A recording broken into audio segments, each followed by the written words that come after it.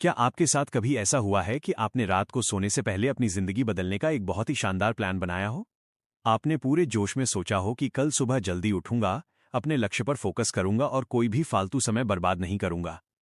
लेकिन जब अगली सुबह अलार्म बजता है तो आप स्नूज बटन दबा देते हैं। सारा मोटिवेशन रात के अंधेरे में ही गायब हो जाता है। हम बार बार यही गलती क्यों करते हैं?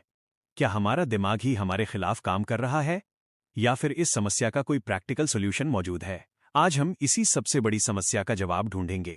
डेनियल वॉल्टर की किताब द पावर ऑफ डिसिप्लिन हमें बताती है कि हमारी इस नाकामी का असली कारण हमारी कोई कमजोरी नहीं है, बल्कि हमारे दिमाग की बायोलॉजी है। इस किताब की मुख्य समस्या ये है कि हम आज की दुनिया में मोटिवेशन को बहुत ज्यादा अहमियत देते हैं। हम सोचते हैं कि कोई भी काम शुरू करने के लिए हमारे अंदर मोटिवेशन होना बहुत जरूरी है। लेकिन डेनियल वॉल्टर कहते हैं कि मोटिवेशन एक बहुत ही धोखेबाज भावना है। ये बिल्कुल मौसम की तरह बदलती रहती है। जिस दिन आप अच्छा महसूस कर रहे होते हैं, उस दिन आपका मोटिवेशन बहुत ज्यादा होता है।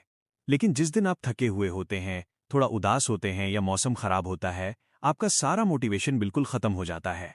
अगर आप अपने लक्ष्यों को हासिल करने के लिए सिर्फ मोटिवेशन के भरोसे बैठे हैं, तो आप कभी भी कोई बड़ी सफलता हासिल नहीं कर सकते। किताब का सबसे मुख्य विचार यह है कि आपको मोटिवेशन की नहीं, बल्कि डिसिप्लिन यानी अनुशासन की जरूरत है। अनुशासन वो क्षमता है जो आपसे वो काम करवाती है जो आपको करना चाहिए, भले ही उस समय आपका वो काम करने का बिल्कुल भी मन न हो। और ये कोई पैदाइशी गुण नहीं है। यह एक ऐसी मानसिक मांसपेशी है जिसे सही तरीके और अभ्यास से मजबूत किया जा सकता है। इस किताब का पहला महत्वपूर्ण कंसेप्ट हमारे दिमाग में मौजूद डोपामाइन नाम के केमिकल की कार्यप्रणाली है। जब हम कोई ऐसा काम करते हैं जिसमें तुरंत मजा आता है, जैसे सोशल मीडिया स्क्रॉल करना, टीवी देखना या जंक फूड खाना, तो हमारा दिमाग डोपामाइन छोड़ता है।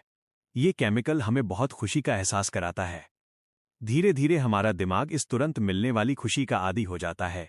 इसे इंस्टेंट ग्रेटिफिकेशन कहा जाता है। समस्या तब शुरू होती है जब आप कोई मुश्किल काम करने बैठते हैं, जैसे कोई नई किताब पढ़ना या कोई मुश्किल प्रोजेक्ट शुरू करना। इन कामों में आपके दिमाग को वो तुरंत वाला डोपामाइन नहीं मिलता, क्योंकि इनका फायदा भविष्य में मिलने वाला होता है। इसलिए आपका दिमाग आपको उस काम को टालने के लिए मजबूर करता है। ऑथर समझाते हैं कि आज की दुनिया में लगभग हर चीज हमें इंस्टेंट ग्रेटिफिकेशन देने के लिए डिजाइन की गई है। यही कारण है कि अनुशासन बनाए रखना इतना मुश्किल हो गया है। जब तक आप अपने दिमाग को इस तुरंत मिलने वाले मजे से दूर करना नहीं सीखेंगे, तब तक आप कोई भी मुश्किल काम पूरा नहीं कर पाएंगे। किताब में विल पावर यानी इच्छा शक्ति को लेकर एक बहुत ही गहरा कंसेप्ट बताया गया है। ऑथर समझाते हैं कि इंसान की इच्छा शक्ति असीमित नहीं होती। यह आपके मोबाइल फोन की बैटरी की तरह काम करती है। जब आप सुबह उठते हैं तो आपकी इच्छा शक्ति की बैटरी पूरी तरह चार्ज होती है। लेकिन दिन भर में आप जितने भी छोटे बड़े फैसले लेते हैं, आपकी ये बैटरी धीरे धीरे कम होती जाती है। शाम तक आपकी इच्छा शक्ति बिल्कुल खत्म हो जाती है, और तब आप सबसे ज्यादा गलत फैसले लेते हैं या अपने काम को कल पर टाल देते हैं। यही कारण है कि जो लोग अपने सबसे महत्वपूर्ण और मुश्किल काम शाम के लिए टाल देते हैं, वे कभी उन कामों को पूरा नहीं कर पाते। हम अक्सर सोचते हैं कि हमारे अंदर इच्छा शक्ति की कमी है, जबकि सच्चाई ये है कि हम अपनी मानसिक ऊर्जा को दिन भर के बेकार और छोटे फैसलों में खर्च कर देते हैं। इसका बहुत ही प्रैक्टिकल सॉल्यूशन ये है कि आपको अपने दिन के सबसे जरूरी काम सुबह सबसे पहले ही कर लेने चाहिए, जब आपकी मानसिक ऊर्जा और इच्छा शक्ति सबसे ज्यादा होती है। अपनी इच्छा शक्ति को सही जगह इस्तेमाल करने के बाद डेनियल वॉल्टर इस किताब में अनुशासन को एक बहुत ही अलग नजरिए से देखते हैं। वे जैन बौद्ध धर्म के कुछ बहुत ही गहरे सिद्धांतों का जिक्र करते हैं। इनमें से सबसे महत्वपूर्ण विचार है जिसे शोषण कहा जाता है। शोषण का मतलब है एक नौसिखिए का दिमाग, यानी बिगिनर्स माइंड। ये कंसेप्ट अनुशासन बनाए रखने में एक बहुत बड़ा रोल प्ले करता है। असल जिंदगी में जब हम किसी काम में बार बार फेल होते हैं या किसी काम को लंबे समय तक नहीं कर पाते, तो हमारा दिमाग ये मान लेता है कि हम अनुशासित नहीं हैं। हम अपने पुराने अनुभवों और पुरानी हार का बोझ हमेशा अपने साथ लेकर चलते हैं। जिन फिलॉसफी कहती है कि आपको हर दिन और हर नए काम को ऐसे शुरू करना चाहिए जैसे आप उसे जिंदगी में पहली बार कर रहे हैं, बिना किसी पुराने डर या हार के एहसास के। जब आप बिल्कुल खाली दिमाग के साथ किसी काम की शुरुआत करते हैं, तो काम का तनाव बहुत कम हो जाता है। आपका फोकस सिर्फ उस एक पल पर होता है और आप बहुत बेहतर तरीके से काम कर पाते हैं। जैन धर्म का एक और बहुत बड़ा सिद्धांत है डिटैचमेंट, यानी नतीजे से खुद को पूरी तरह अलग कर लेना। हम अक्सर कोई काम सिर्फ इसलिए शुरू करते हैं क्योंकि हमें उसका अंतिम परिणाम चाहिए होता है। जैसे अगर कोई अपना वजन कम करना चाहता है, तो उसका पूरा ध्यान सिर्फ उस वजन नापने वाले कांटे पर होता है। अगर कुछ दिनों तक वजन कम नहीं होता, तो इंसान निराश होकर वो काम छोड़ देता है। ऑथर समझाते हैं कि सच्चा अनुशासन तब आता है जब आप नतीजे की चिंता छोड़ देते हैं और सिर्फ उस काम की प्रक्रिया से प्यार करना सीख जाते हैं। आपको रोज व्यायाम सिर्फ इसलिए करना चाहिए क्योंकि वो आपके रूटीन का हिस्सा है, इसलिए नहीं कि आपको एक ही महीने में कोई बहुत बड़ा बदलाव देखना है। ये हमें किताब के अगले सबसे महत्वपूर्ण कंसेप्ट की तरफ ले जाता है, जो है सही आदतें बनाने की प्रक्रिया। अनुशासन असल में कोई जादुई ताकत नहीं है, ये बस कुछ अच्छी आदतों को लगातार दोहराने का नाम है। किताब में बताया गया है कि नई आदतें बनाना हमें इतना मुश्किल क्यों लगता है। इसका सबसे बड़ा कारण ये है कि हम एक ही दिन में अपनी पूरी जिंदगी बदलना चाहते हैं। अगर कोई इंसान रोज कोई व्यायाम नहीं करता तो वो सीधे ये लक्ष्य बना लेता है कि वो अगले दिन से रोज 2 घंटे जिम जाएगा। हमारा दिमाग इतने बड़े और अचानक होने वाले बदलाव को एक बहुत बड़े खतरे की तरह देखता है। दिमाग को लगता है कि शरीर की बहुत सारी ऊर्जा खत्म हो जाएगी, इसलिए वो तुरंत अलार्म बजा देता है और आपको उस काम को करने से रोक देता है। इसका बहुत ही प्रैक्टिकल सॉल्यूशन ऑथर ने दिया है। वे कहते हैं कि नई आदत की शुरुआत हमेशा इतनी छोटी होनी चाहिए कि आपका दिमाग उसे मना ही न कर पाए। अगर आप कोई नई किताब पढ़ना चाहते हैं तो एक दिन में सिर्फ एक पन्ना पढ़ने का लक्ष्य बनाएं। जब आप लगातार कई दिनों तक वो छोटा सा काम करते हैं तो आपके दिमाग में एक नया न्यूरल पाथवे बन जाता है। आपका दिमाग उस काम को सुरक्षित मानने लगता है। धीरे धीरे वो काम आपके लिए उतना ही आसान हो जाता है जितना रोज सुबह उठकर अपने दांत साफ करना। लेकिन आदतें बनाने के रास्ते में एक बहुत बड़ी रुकावट आती है, जिसे हम टालमटोल या प्रोक्रेस्टिनेशन कहते हैं। ऑथर बहुत ही स्पष्ट तरीके से बताते हैं कि टालमटोल कोई समय प्रबंधन यानी टाइम मैनेजमेंट की समस्या नहीं है। ये असल में हमारी भावनाओं से जुड़ी एक समस्या है। जब कोई काम हमें बहुत बोरिंग, मुश्किल या डरावना लगता है तो हम असल में उस काम से नहीं भाग रहे होते हैं, हम उस काम से जुड़ी हुई उस बुरी भावना से भाग रहे होते हैं। हमारा दिमाग हमें उस बुरे एहसास से बचाने के लिए तुरंत कोई आसान रास्ता खोज लेता है। वो हमें सोशल मीडिया की तरफ धकेल देता है या कोई और मजे वाला काम करने को कहता है ताकि हम उस तनाव को भूल सकें। इस टालमटोल की बीमारी से बचने का सबसे असरदार तरीका यह है कि आप अपने काम के माहौल को पूरी तरह बदल दें। ऑथर इसे फ्रिक्शन यानी रुकावट का नियम कहते हैं। इंसान का दिमाग हमेशा सबसे आसान रास्ते पर चलना पसंद करता है, इसलिए जिस काम को या जिस बुरी आदत को आप छोड़ना चाहते हैं उसके बीच में बहुत सारी रुकावटें डाल दें। अगर आप काम करते समय अपना फोन बहुत ज्यादा इस्तेमाल करते हैं तो काम शुरू करने से पहले फोन को किसी दूसरे कमरे में रख दें। अब अगर आपका फोन चलाने का मन करेगा तो आपको उठकर दूसरे कमरे तक जाना पड़ेगा। ये एक छोटी सी रुकावट आपके दिमाग को उस बुरी आदत से आसानी से रोक देगी और इसके बिल्कुल विपरीत जो अच्छा काम आप करना चाहते हैं उसे बहुत आसान बना दे। अगर आप सुबह दौड़ने जाना चाहते हैं तो अपने जूते और कपड़े रात को ही अपने बिस्तर के पास रख दें। जब रुकावटें कम होती हैं तो अनुशासन का पालन करना बहुत आसान हो जाता है। टालमटोल की आदत को हराने के बाद हमें मानसिक मजबूती यानी मेंटल टफनेस की सबसे ज्यादा जरूरत होती है। डेनियल वॉल्टर अपनी किताब में अमेरिकी नौसेना के सबसे खतरनाक कमांडो फोर्स नेवी सील के एक बहुत ही मशहूर नियम का जिक्र करते हैं। इस नियम को 40% का नियम कहा जाता है। यह नियम कहता है कि जब आप कोई बहुत मुश्किल काम कर रहे होते हैं, जैसे दौड़ लगाना या कोई भारी काम करना, और आपका दिमाग आपसे कहता है कि अब आप पूरी तरह से थक चुके हैं और एक कदम भी आगे नहीं बढ़ा सकते, तब असल में आपने अपनी शारीरिक और मानसिक क्षमता का केवल 40% ही इस्तेमाल किया होता है। आपके अंदर अभी भी 60% ताकत बची होती है। हमारा दिमाग हमें सुरक्षित रखने के लिए डिजाइन किया गया है, इसलिए जब भी शरीर को थोड़ी सी भी तकलीफ होती है तो दिमाग तुरंत हार मान लेने का सिग्नल भेजने लगता है। वो हमें उस काम को रोकने के लिए मजबूर करता है ताकि हमारी ऊर्जा बच सके। लेकिन जो लोग जिंदगी में बहुत बड़ी सफलता हासिल करते हैं वे अपने दिमाग के इस झूठे अलार्म को पहचानना सीख जाते हैं। जब आपका दिमाग कहे कि अब और नहीं हो सकता, ठीक उसी पल आपको खुद से कहना चाहिए कि मेरी असली परीक्षा अब शुरू हुई है।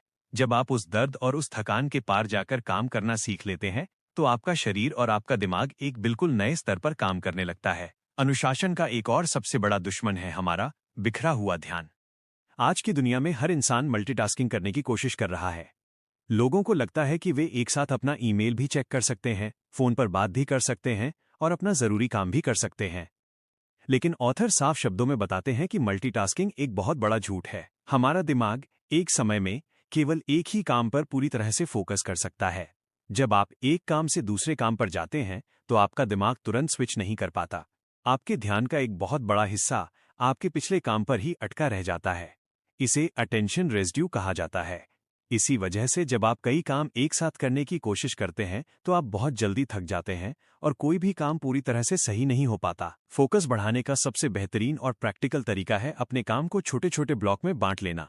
जब आप कोई जरूरी काम करने बैठें तो दुनिया की हर उस चीज को खुद से दूर कर दें जो आपका ध्यान भटका सकती है। कोई फोन नहीं, कोई सोशल मीडिया नोटिफिकेशन नहीं, सिर्फ आप और आपका काम। शुरुआत में ये बहुत मुश्किल लगेगा। आपका दिमाग बार बार आसान चीजों की तरफ भागने की कोशिश करेगा, लेकिन अगर आप लगातार कुछ दिनों तक इस गहरे फोकस का अभ्यास करेंगे तो आपकी मानसिक क्षमता कई गुना बढ़ जाएगी। किताब में मेंटल टफनेस को असल जिंदगी से जोड़ने लिए एक बहुत ही कड़वा सच बताया गया है। ऑथर कहते हैं कि आराम और सुविधा अनुशासन के सबसे बड़े दुश्मन हैं। जब हम हमेशा आरामदायक स्थिति में रहते हैं तो हमारा दिमाग कमजोर होने लगता है। मुश्किलों का सामना करने की हमारी क्षमता खत्म हो जाती है। इसलिए आपको जानबूझकर अपने जीवन में थोड़ी मुश्किलें पैदा करनी चाहिए। ऐसे काम करें जो आपको पसंद नहीं है लेकिन जो आपके लिए सही हैं। सुबह जल्दी उठना, ठंडे पानी से नहाना या तब व्यायाम करना जब आपका बिल्कुल भी मन न हो। ये सभी चीजें आपको शारीरिक रूप से ही मजबूत नहीं बनाती, बल्कि ये आपके दिमाग को ये सिखाती हैं कि मुश्किल काम करना कोई खतरे की बात नहीं है।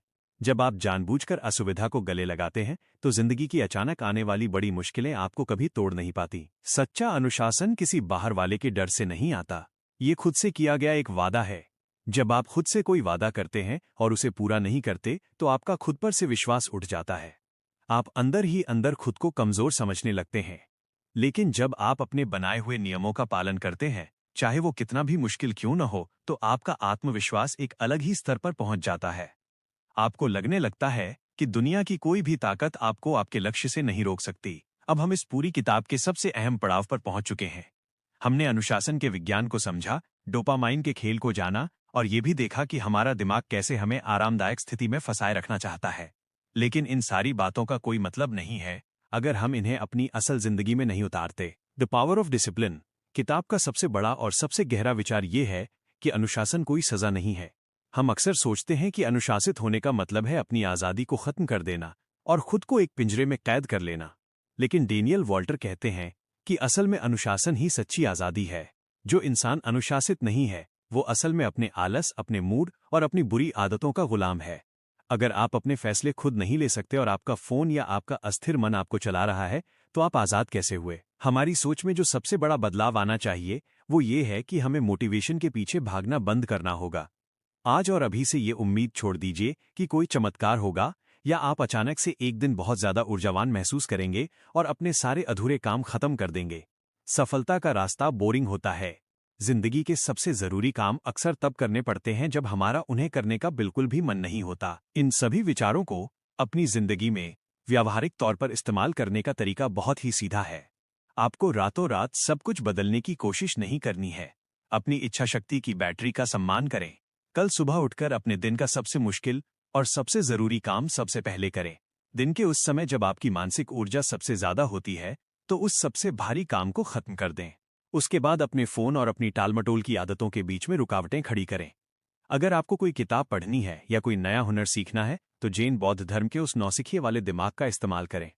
पुरानी हार और पुराने नतीजों को पूरी तरह भूल जाएं और सिर्फ उस काम की प्रक्रिया से प्यार करना सीखें। अपनी अच्छी आदतों की शुरुआत को इतना छोटा बना लें कि आपका दिमाग उन्हें टालने के लिए कोई बहाना ही न खोज सके। और सबसे जरूरी बात, जब भी काम करते समय आपका शरीर या आपका दिमाग आपसे कहे कि अब आप पूरी तरह थक चुके हैं तो उस 40% वाले नियम को याद करें। खुद को याद दिलाएं कि आपके अंदर अभी भी बहुत ताकत बाकी है। दर्द और असुविधा से भागने के बजाय उसे जानबूझकर अपने जीवन का हिस्सा बना लें, क्योंकि जिस काम में थोड़ा संघर्ष और थोड़ी असुविधा नहीं है वो काम आपको कभी भी मानसिक रूप से मजबूत नहीं बना सकता। अंत में आपको बस ये याद रखना है कि आप वो नहीं हैं जो आप सोचते हैं या जो आप दूसरों से कहते हैं।